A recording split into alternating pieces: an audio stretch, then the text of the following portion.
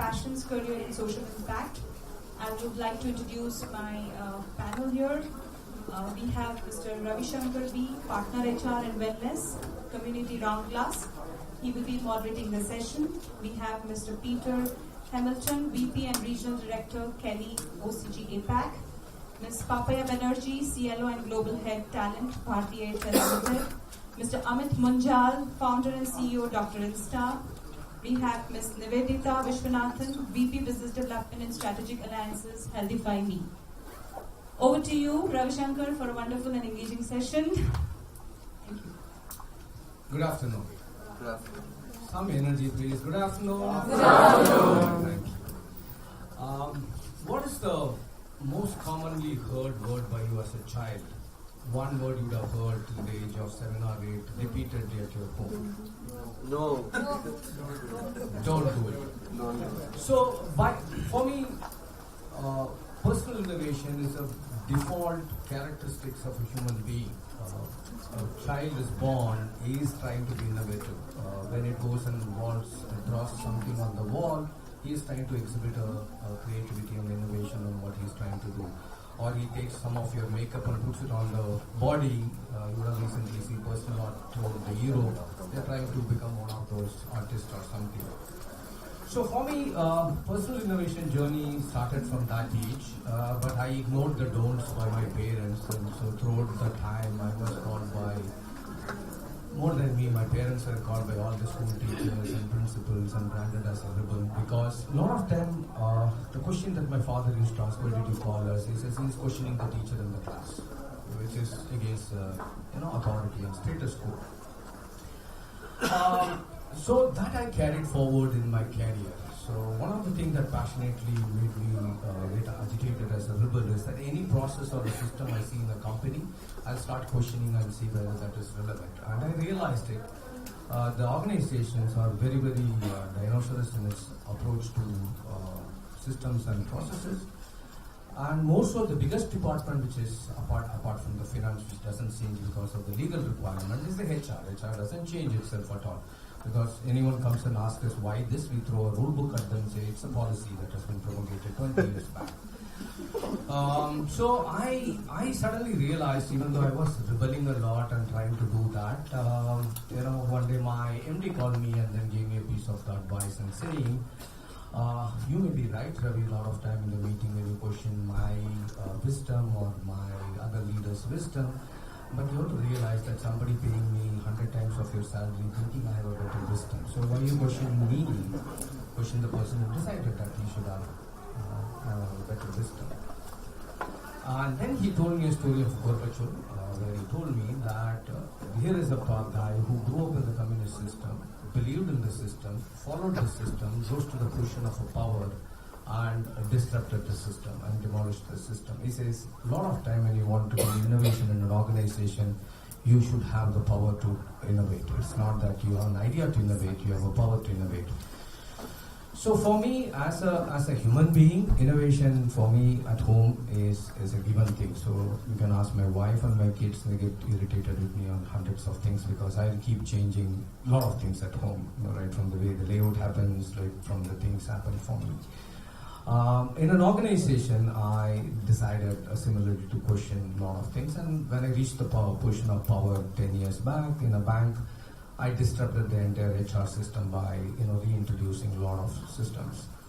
For example, just to give you an example, I told them that employee will not come to HR, HR will go to the employee. It may look easy to say, but it's very tough to implement.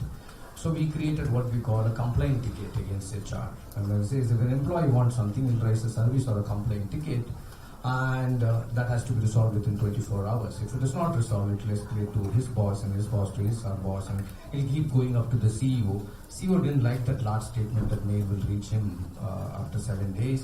But I told him, play the game, I'll work with your secretary to get it clear. But I will ensure that it doesn't cross my table. But suddenly it changed the paradigm of the way the HR looked at an employee, that employee will not come to me and ask me for a service, but he will demand a service and I have to deliver a service. So for me, this journey of personal innovation has been a constant one, and even now I'm trying to Actually, one of the things I keep telling people is that, 95% of the HR will not exist in 10 to 15 years' time. That's a talk I go around giving to people. And Papiya has to listen to one of such talks, and she came back and said, "Do we have a job later on?" I said, "We'll figure it out." Because payroll is outsourced, recruitment is going into an artificial intelligence, and it will be done by a machine much more intelligent than you. I don't know how many of you seen a software called HireView, which is using 25-point camera on your face to find out are you lying or not. And not only that, it checks with the Google and the Wiki whether the answer you are saying is right or wrong. There's a lot of time when I answer a question in an interview, I'm pretty sure the person who asked me the question also doesn't know the answer. So I'm very, very confident that he will pass me because he doesn't know the answer. Now here is a system which is going to threaten. So that's for me is a question of personal innovation, is how do I reinvent myself? And that required also one inherent thinking in my mind that I have to keep expanding my brain.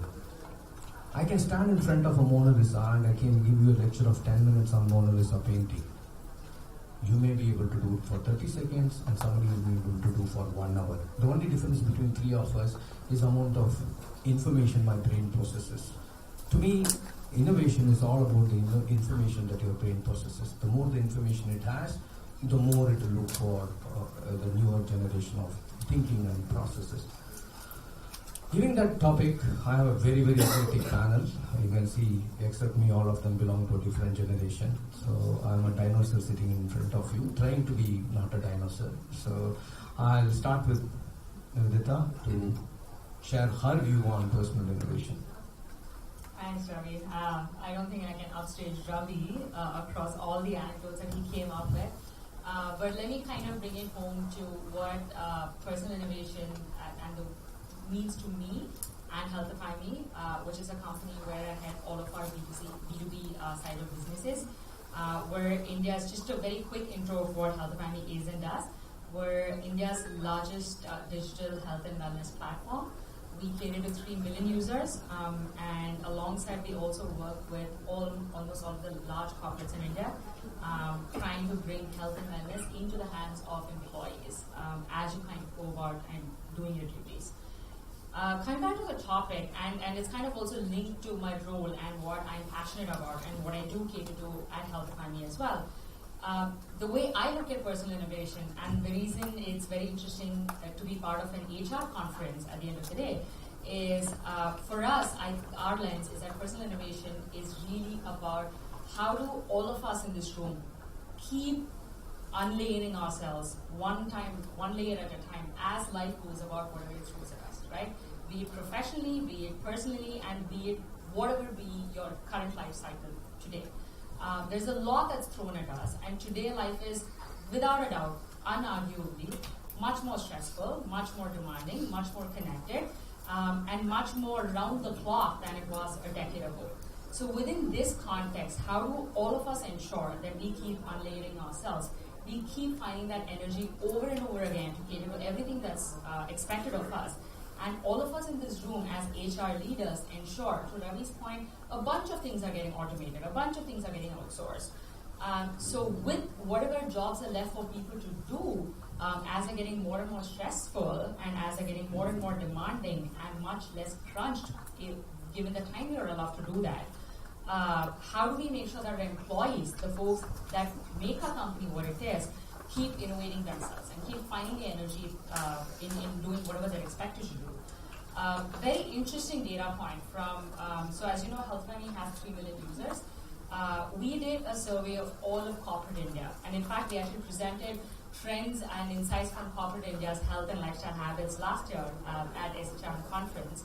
But one of the things we discovered from that was 82% of corporate India, anyone who spent more than 11 years working, is predisposed to one of the many lifestyle diseases. It could be diabetes, it could be hypertension, it could be cardiovascular, any of those issues.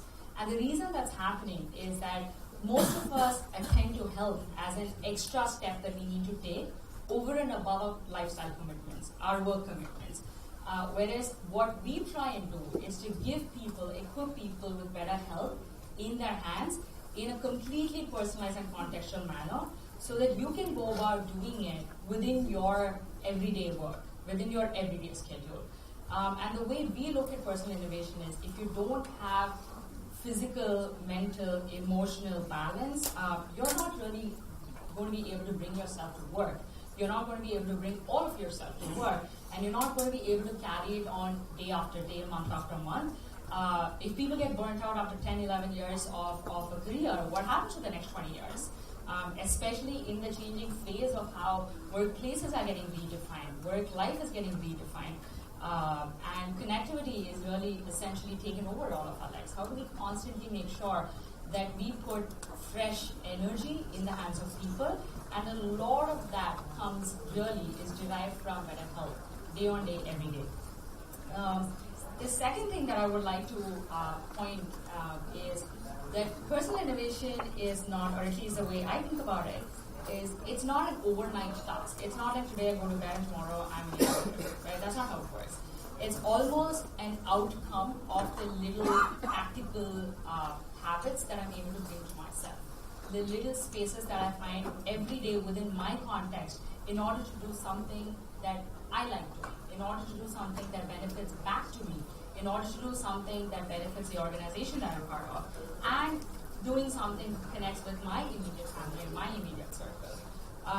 And one of the things that we have discovered in working with large corporates, at least what's on the minds of many HR leaders, is how do I ensure that my employees are also catering to their own mental and psychological health and emotional issues. The result of that is personal innovation in all spheres, right? Be it at work, be it at your inner circle, and be it socially. And one of the things we've also discovered in offering our health and wellness services across nutrition, across mental wellness, across yoga, across fitness, is that there are very small tweaks that lead to habit formation for you to bring about better health for yourself. And thereby, as a result of all of this, become an innovator. Because the happier you are, the more stress-free you are, the more time you have to think about things, innovation almost becomes an outcome of just who you are. That's really our take on personal innovation. Thank you. Very interesting point, because your overall wellness decides your brain capacity, and brain decides your ability to be smart and innovative. Thanks for sharing the input. Over to you, Peter. Thank you very much. Hello, everybody. So my name is Pete Hamilton. I'm responsible for Kelly Outsourcing Consulting Group across APAC. We have 12 countries. India is a very important, fast-growing one for us. We provide recruitment process outsourcing and contractor management services for a large number of organizations. Our bigger goal, though, is to connect talent to work. I certainly relate to the remarks Ravi made about the fact that our industry is being disruptive. So whether we like it or not, personal disruption is something that we're going to have to embrace along with innovation. So I think, Kelly's been around for 70 years. We've had to change many times. And I'm going to give you a few of the tips that I learned early on in my career that I've stayed true to. And I'm going to take a little bit of a change of tack. So I think three things for me. Collaborate. So find opportunities in your work life, your personal life, to collaborate with your internal stakeholders, suppliers, whomever it is. I think, at the base of any good idea is just being inquisitive, asking the right questions and taking time to listen. So I think that's something I learned really as a sales skill when I first started in this industry about 20 years ago, and it's something that's never left me. I think it stood in very good stead. Good ideas come from anywhere, so write them down. How often do you have a good idea and not really write it down? So capture it, share it. And the second part to that is tell people. There's a lot of doubt about whether ideas are good. Don't have self-doubt. There are bad ideas, but don't get put off. In fact, there's a great TEDx talk by, I think it's Adam Grant, who talks about the original thinkers. Sachin Tendulkar didn't go out and smash everything for six, right? He had bad days in the crease where he bowled out. But he got up and he did it every time and completely refined. So there's so many sporting analogies, or whether it's music. So these people who really stand out in society just try again with new ideas and refine. But I want to take a bit of a different tack, because I think innovation within the workplace, there's so much discussed about it. When I did an executive MBA about 10 years ago, and one of the exercises I was asked to do was write my own obituary. Has anybody done this in the room? Okay. So I can tell you it wasn't that I wanted to be the CEO of Kelly, full stop. It was that I wanted to be successful in my career. I wanted to have a happy family life. I wanted to contribute to the environment and the community. I wanted to follow my passion in sports. Absolutely love water sports. And then you go back, and the irony is, of course, I was working full-time and doing an MBA, and my first child had just been born. So do you think I was able to pursue any of those? No. Then leap forward about 3.5 years later, so my daughter's now 3.5. And she did a picture, and it was an A4 size piece of paper, and on that piece of paper was Mum, Dad, and her brother. And then I was on the other side of the A4 piece of paper, felt like a huge distance away by the gate. That picture is still in my office today. I really think that if you're going to get the best of yourself and the best of who you are, you've got to get balance in your life. There's members of my team here today. We need to, from the top and the leaders in our industry, we need to live and breathe that. The MD of PepsiCo in Australia just came out with an article which was, be a hero at work, but be a hero at home. And the idea was that it was okay for the MD to leave at 4 p.m. because their child was having a concert, or if the CFO wanted to go and do, play golf. We all need to get the job done, but we need to recognise this balance. So some of the things we've been doing at Kelly, introduced by our HR team, is My Day, Your Day, and Our Day, which is 3 days leave. You have your birthday off, you have your partner's birthday off, you also have your anniversary off. We've also introduced volunteer days. From a personal perspective, because I travel a lot, this is not I don't live in Delhi, and I've really now been very strict with the way that I manage my time, my personal time. So I block out my diary. When I'm at home, I will make sure that I take my son and daughter to school at least once a week, and I make every effort to not miss the important things in life. And in addition to that, I'm still trying to pursue water sports. It doesn't always happen. I was at a conference recently with a partner from one of the consulting firms, and she said to me, it's impossible to achieve life balance. I just work 6 years and then I quit. I have 6 months off and then I go again. And I thought, okay, that it works for individuals, but for me that wouldn't be sustainable. So just some of my thoughts, and I'll certainly share more as we go through. Very interesting point. We have two cultures in India. We love to work late, but also we have a culture of a lot of holidays and leave. So I saw a lot of my HR colleagues noting down my day, your day, and X and Y. Don't add it to the problem, please. Keep it where it is. But one other thing that interesting, what Peter said was work-life balance being a foundation of an innovation. That's an innovative idea to me, because I never looked at health. I looked at it because health decides how innovative I am. It's a pure neuroscience factor.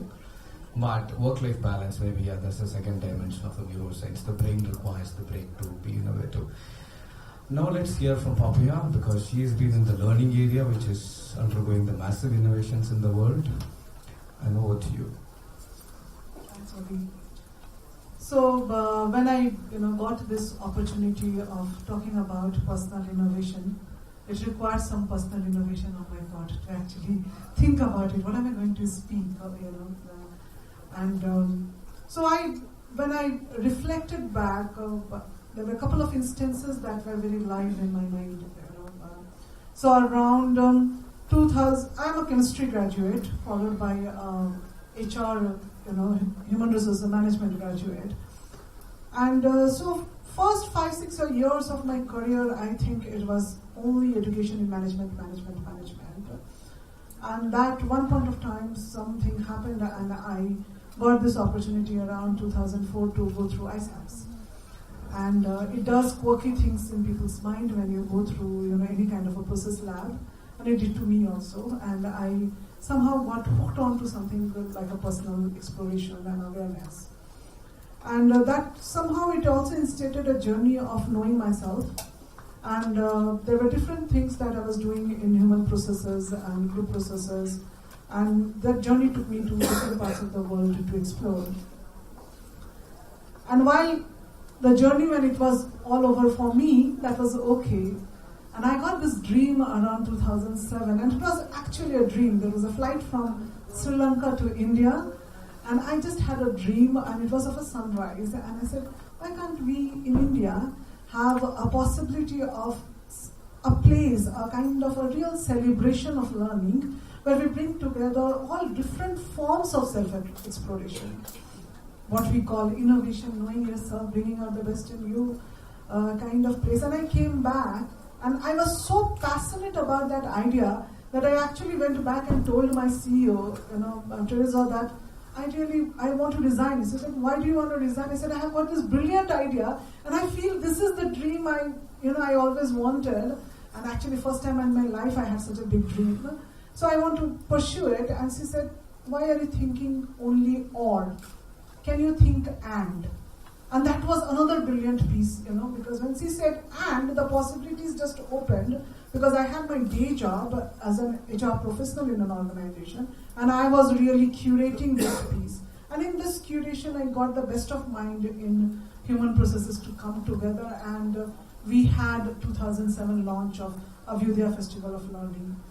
And trust me, even now, if I have to look back, that was the most beautiful experience, in anybody's personal and professional life, to curate something and then bring it to place. And that was following a dream, and we continued for some time over there. Yeah, I couldn't sustain it for a longer duration. That's on the street, but it's still very, very proud of it.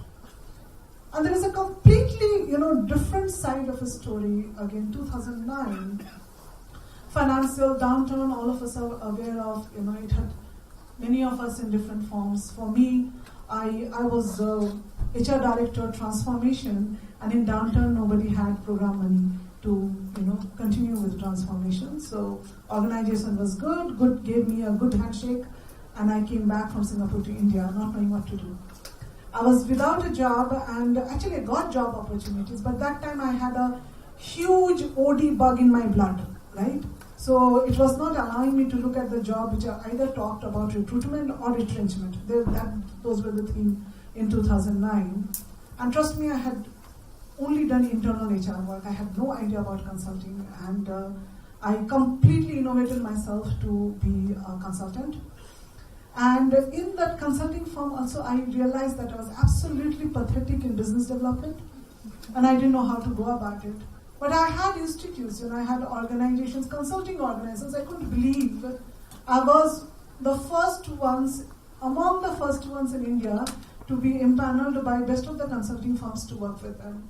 So yeah, they appreciated my mind, and I appreciated their ability to get business.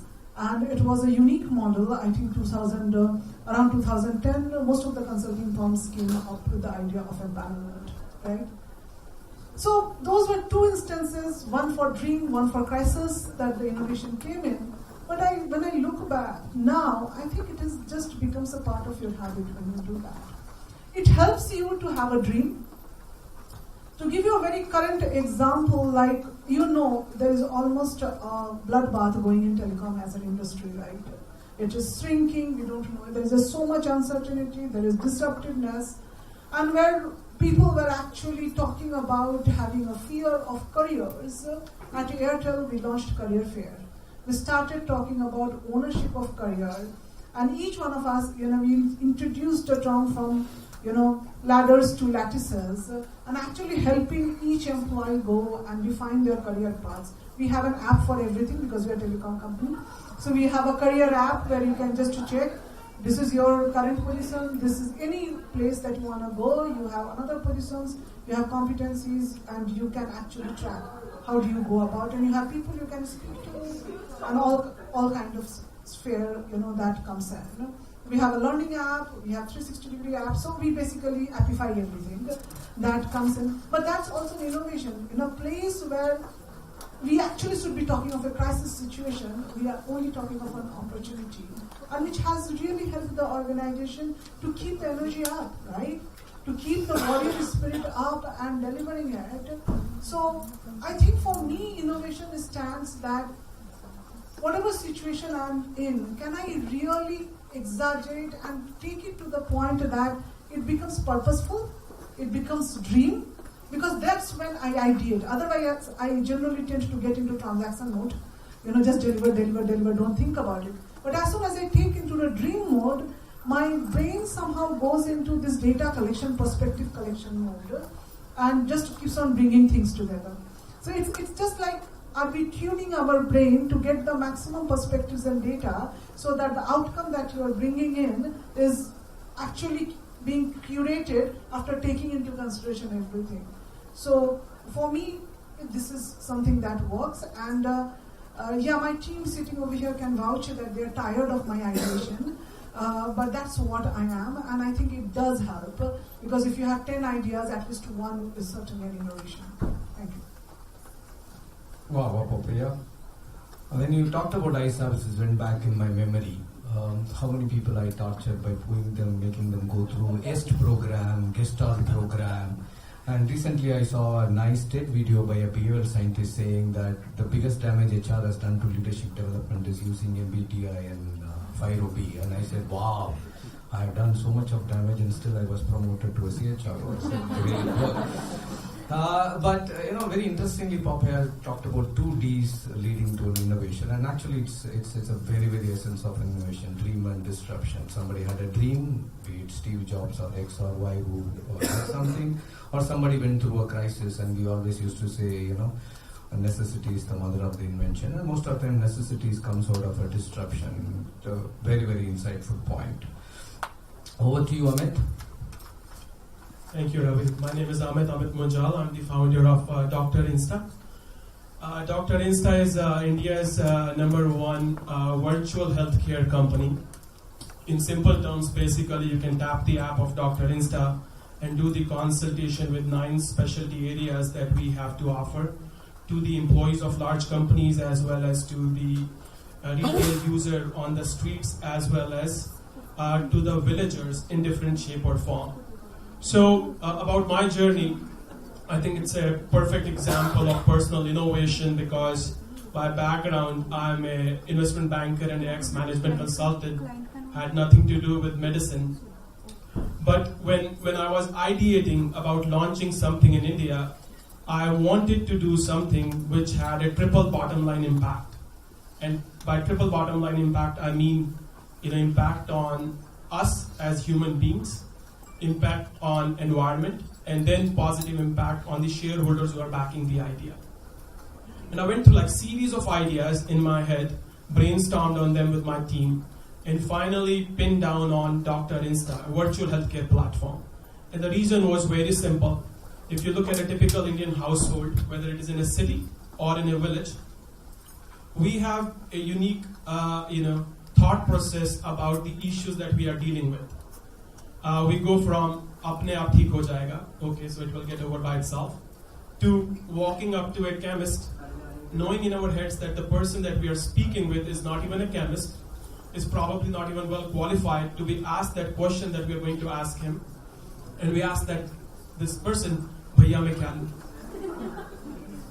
And then to the next level is rushing to a doctor now in an emergency situation, saying that help doctor, help please, I'm dying. So what could we do to solve this problem? And if you look at the root cause is very different in the cities of India versus the villages of India. In the cities of India, traffic is a challenge. Parking or public transportation is another challenge. And then waiting in the waiting rooms of the doctors, a third challenge. And all of us lead very busy lives, with husband and wife working many a times, or the one person working and the other person taking care of the household. Super challenging, super busy lives. We have our parents. Many of us live in joint families still, and have are the breadwinners and caretakers of our respective parents and grandparents. So time is a major challenge in the major cities of the country. So if you have to seek a consultation in our head, we do this math. Oh, I will lose 3 hours of my time, which means that you would have to ask your boss. If you are working with a company, if you are an entrepreneur, you say, oh my God, I'm going to lose 3 hours of revenue. And then in the villages, the problem is the extreme opposite of what we have in cities. supply is a problem. Time is not a problem. You see all these villagers playing cards under a banyan tree all day long, doing nothing else with their lives. But the supply of a good quality doctor is a problem. So to have a meaningful social impact on city lives as well as village lives, we launched Dr. Insta. Now in more than 100 companies, employee absenteeism has been reduced by 20% and the productivity has been increased by 15% because of the benefits of virtual health consults. If somebody is having anxiety, stress, depression, or any other chronic issues that we deal with in our day-to-day lives, you don't have to wait and watch and say, apne aap theek ho jayega, or I don't know what's going on with me, maybe I'm in a bad mood, grumpy mood, and let me suck it up and deal with it. No, you have a choice to press the Dr. Insta button, and the doctor would come in front of you and ask you a question, okay, how can we help across 9 different specialties. In villages, the problem was the opposite. The villagers don't even have an email address, don't even have any plastic currency to pay to do the consultation. Don't know first thing about digital literacy, may not even have a smartphone, let alone knowledge of apps. So how to solve that problem of providing supply in the villages? So what we did was, to solve this unique problem, we tied up with large assisted e-commerce companies. So these assisted e-commerce companies provided the tabs and the computers to what they call VLEs, village level entrepreneurs. It's a fancy term, but in simple Hindi it means local kiryana wala or the local baniya, whom the villagers call and say, Bhaiya, mere phone mein 200 rupees ka recharge dalo. And Papiya is sitting next to me, so she would understand how prepaid market works here. Right? The same guy now has been an intermediary in providing you online consults. So if I'm some Chaudhary Saab sitting in Jhansi, Hansi, Darsi of this country, and I have no digital literacy, I'm still part of Bharat, not India, then what do? I walk up to this local Kiryana store, and this local Kiryana store guy enables the virtual consult between a doctor sitting in a big city, who's a specialist, and me, solving the major problem of supply, because India has one of the worst doctor to patient ratios. And if you look at the average lifespan, it is reflected there. An average Indian lives for around 66 years. And the average Westerner lives for around 76 years. And if you look at the research findings, the biggest one reason why an average Indian is living for 66 years is access to quality healthcare in time. So with Dr. Insta, we are trying to make that social impact in the lives of the employees, in the lives of the villagers who have no other means to access a doctor, and they end up wasting a whole day by catching a bus, going 3 hours away to the nearest big city, and there too sometimes they get duped. But with Dr. Insta now they have the option to do these consults. We're also working with a lot of charities which are providing free consultations to the people living in the Jhuggi Chhopri clusters. So they take their own smartphones, their NGO social workers take their own smartphones and enable these consultations. We're also working on the same lines with the victims of and the survivors of sex trafficking through an NGO called Threads of Freedom. So in our own small way, we are trying to bring about a change in every dimension of life, as long as we can be helpful and make India a happier, healthier place. Our purpose would be accomplished. Thank you. Thank you, Amit. That was mind-blowing, because before we were having lunch together and he told me he explored 50 business ideas and came up with one business idea which solves 50 problems. That's a real innovation. So over to you, audience. You want to ask anyone of the panel members questions? I'll leave it to you.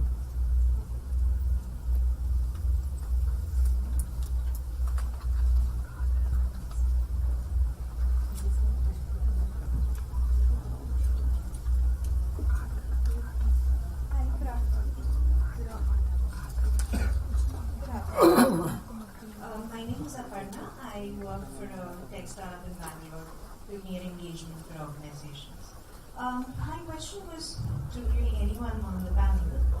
What is your experience being with working with different organizations on the steps they are taking to encourage innovation? Because all of you have hit upon automation in some way, processes in some way. So what is it that you think organizations can do well to do this step by step within the organization to bring about a transformation in the way employees look at their own personal innovation?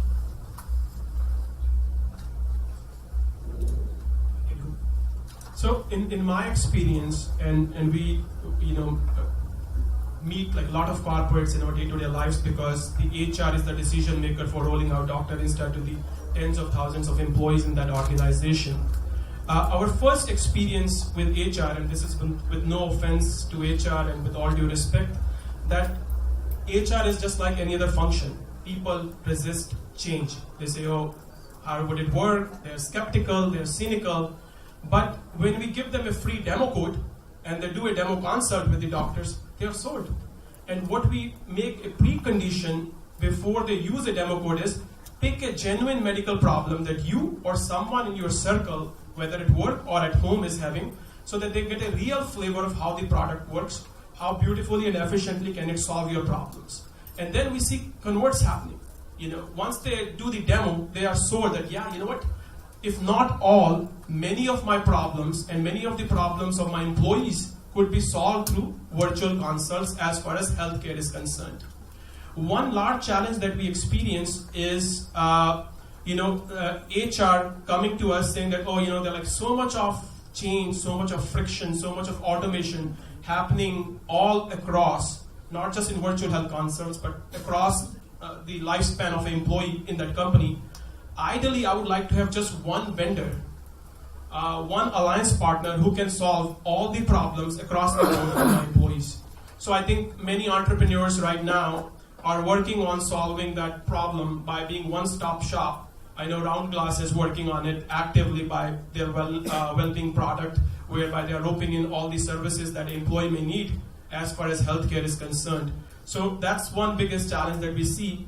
But the proof of the pudding lies in the pudding. I think all of us who are the evangelists for our health tech products or any other products targeted toward the HR, if we give them a flavor of it, they more likely than not would be sold to it if the product has a merit. The one thing, Aparna, right? Yes. The one thing I would like to add, Aparna, very, very tangibly, I think from our experience working with some of the phenomenal corporates that we work with as partners, is two things really. The one that they all try and do, the real difference between a great initiative at a corporate and a good initiative, I think, is just boils down to one thing. The great ones always find 4 or 5 passionate ambassadors in-house, and ideally a couple of them in their senior leadership. That is all it really takes to bring about any large change in behavior, pattern, or launching a new program and making it sticky and participative as one. The other thing that we've seen some of our corporate partners do very well is creating a culture of constant and open questioning and ideas and suggestions for what employees care about. Some corporates do this across 3 or 4 predefined verticals. Some corporates do this in a town hall basis, come as you may. But having a culture of open suggestions and inputs on an ongoing basis, and more importantly than doing something about it, right, as a leadership. I think a couple of examples where we see almost all of our corporate partners take execution and innovation very seriously and also do it on an ongoing basis. No, she has been flagging red flag to me continuously. So sorry, we'll take the question on the outside if you want, because she's not, instead of wearing a red circle, she's wearing a red flag. Thank you, thanks for coming in. We enjoyed your presence. Thank you. Thank you everyone. Thank you panel members. Thank you for a wonderful session.